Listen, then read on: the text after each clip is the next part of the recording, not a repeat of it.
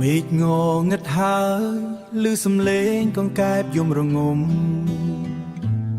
អង្គុយបាយកញ្ចប់ម្នាក់ឯងសម្លឹងមើលមេឃធំនឹកដល់ផ្ទះជាន់ទៀបសំយាបមេឃដែលធ្លាប់ជ្រោអោពុកម៉ែអើយកូននឹកផ្ទះខ្លាំងណាស់បាតដៃក្រិនក្រិនដែលធ្លាប់កាន់ដងនឹងគល់ឥឡូវមកកាន់ដងអំបោបោះដីក្រុងដែលហុយធូលី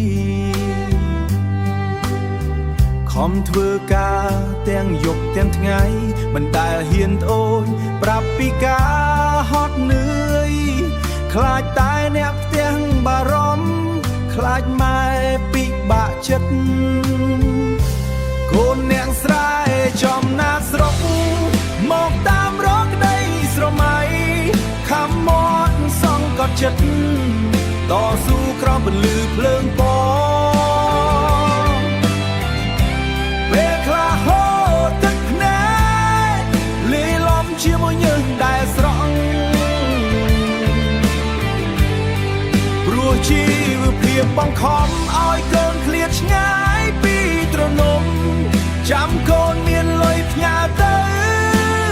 ឲ្យម៉ែទិញថ្នាំលេបឲ្យពុកទិញស្រូវពូជសំឡេងខ្យល់បក់មកពីទឹកខាងស្រែដូចជាពាក្យម៉ែដែលផ្ដាំថាកូនអើយខំឡើយទោះហត់ប៉ុណ្ណាក៏កូនមិនបោះបង់ដើម្បីស្នាមញញឹមអ្នកផ្ទះកូនណសិករម្នាក់នេះនឹងតស៊ូដល់ទីបញ្ចប់ដើម្បីស្នាមញញឹមអ្នកផ្ទះ